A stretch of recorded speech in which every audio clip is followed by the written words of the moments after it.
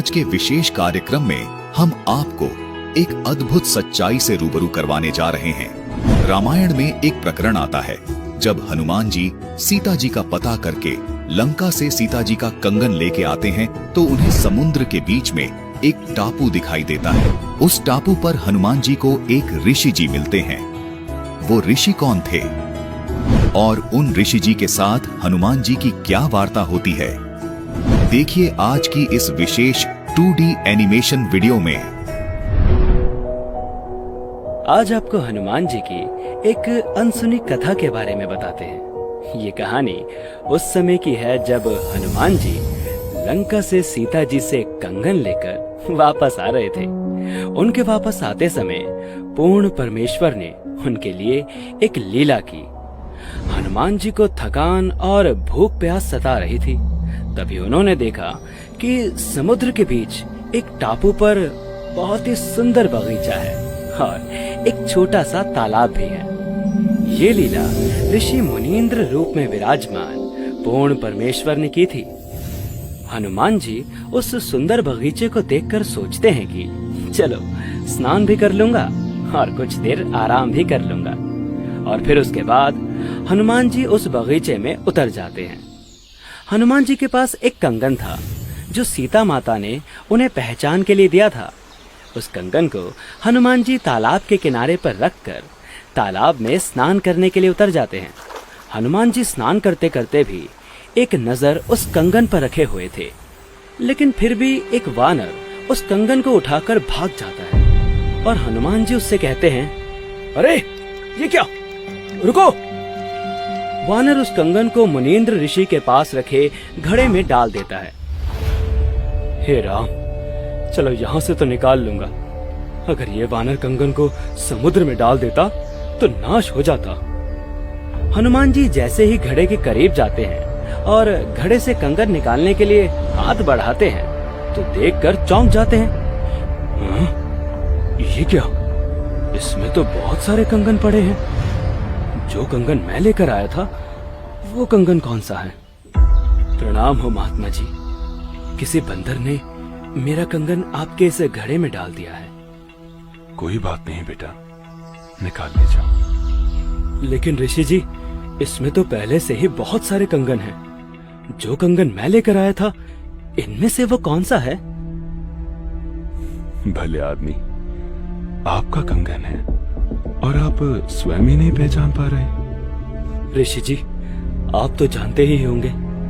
दया कीजिए, मेरी पूरी मेहनत बेकार हो जाएगी। कैसी मेहनत बेटा? महात्मा जी, मैं हनुमान हूँ और लंका से सीता माता जी का पता लगाकर आया हूँ। कौन सी सीता माता का पता लगाकर आया हो? महात्मा जी, आप कौन सी दुनिया में रहते हो? भगवान रामचंद्र जी की पत्नी है सीता माता। लंका के राजा रावण ने उन्हें कैद कर रखा है। मैं उन्हें खोज कर आया हूँ। ये कंगन उन्हीं का है। उन्होंने मुझे ये निशानी के रूप में दिया था। बेटा, ये आपके रामचंद्र जी न जाने कितनी बार जन्म और मर चुके हैं। कितनी बार रावण सीता का अपहरण कर चुका है और न जाने कितनी बार हनुमान कंगन लेकर आया है। ये सृष्टि कोई आज से नहीं चल रही है। न जाने कितनी ही बार ये घटना घट चुकी है।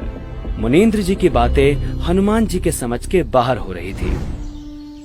ऋषि जी, अभी तो मेरे पास इतना समय नहीं है जो आपकी बातें समझ सकूं। आप बस मुझे ये बता दीजिए कि जो कंगन मैं लाया था वो कौन सा है। रामचंद्र जी मेरा इंतजार कर रहे होंगे। तो बेटा जाओ और उठा लो आपका कंगन घड़े से।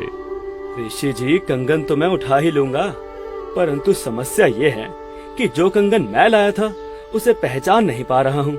इसलिए तो आपसे पूछ रहा हूँ कि इनमें से मेरा कंगन कौन सा है। बेटा, आप इनमें से कोई भी कंगन ले जाइए, सब एक ही जैसे हैं। ये वही कंगन है जो हर बार हनुमान लेकर आता है और ये वानर इस घड़े में डाल देता है। ऋषि जी, चलो आपकी मैं बात मान लेता हूँ कि ये सब कंगन हनुमान यानी मेरे ही द्वारा डाले गए हैं। लेकिन हर बार हनुमान इन कंगनों को लेकर भी तो जाता होगा, इसमें थोड़ी छोड़ जाता होगा।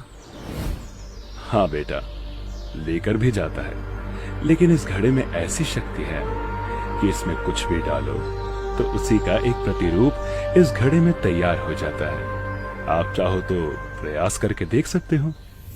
इतना सुनकर हनुमान जी ने पास रखी एक कटोरी उठाई और उस घड़े में डाल दी। कटोरी उस घड़े में डालते ही उस कटोरी का प्रतिरूप घड़े में बन गया। देखकर हनुमान जी को बहुत आश्चर्य हुआ और ऋषि जी की बात कुछ सच लगने लगी। लेकिन सोचा कि अभी तो चलता हूँ, बाद में कभी बात करेंगे। हे ऋषि जी, आप कौन हैं? आपका नाम क्या है? मेरा नाम मुनींद्र ऋषि है। इसके बाद हनुमान जी उस घड़े में से एक कंगन उठा लेते हैं और श्री रामचंद्र जी के पास जाने के लिए छलांग लगा देते हैं। थोड़े समय बाद श्री रामचंद्र जी का युद्ध रावण के साथ होता है और श्री रामचंद्र जी उसमें जीत जाते हैं और सीता माता को अयोध्या वापस लेकर लौटते हैं। वनवास पूरा होने के बाद जिस समय श्री रामचंद्र जी का राज तिलक हो रहा था, उस समय माता सीता ने हनुमान जी को अपने गले से निकालकर सबसे कीमती मोतियों की माला दी। माता सीता से मोतियों की माला लेने के बाद हनुमान जी ने उस माला को तोड़ दिया और मोतियों को फोड़ फोड़ कर देखने लगे। हनुमान जी को ये करता देख माता सीता को क्रोध आया और हनुमान जी से वो बोली, हे हनुमान, तूने ये क्या किया? तू जानता है ये माला कितनी कीमती थी। तू रहा वानर का वानर ही, तो जंगल में ही शोभा देता है। ये सुनकर हनुमान जी को बहुत बुरा लगा और वो मायूस हो गए। माता जी, मुझे इन मोतियों से क्या काम था?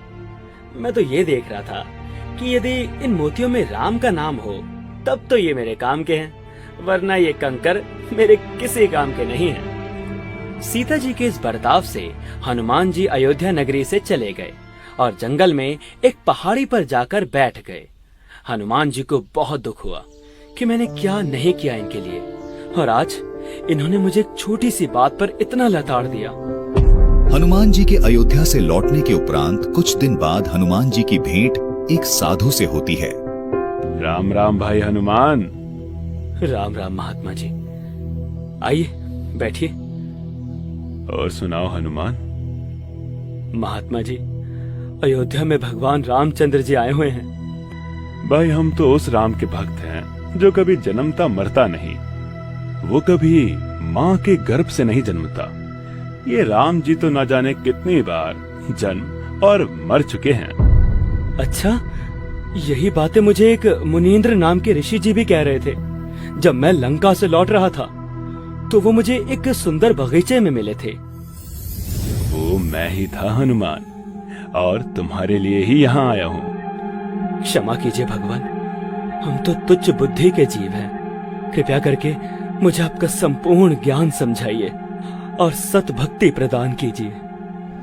दर्शकों, आज की इस विशेष 2D एनिमेशन वीडियो में आपने देखा कि कबीर साहिब जी स्वयं मुनींद्र ऋषि जी के नाम से आए हुए थे।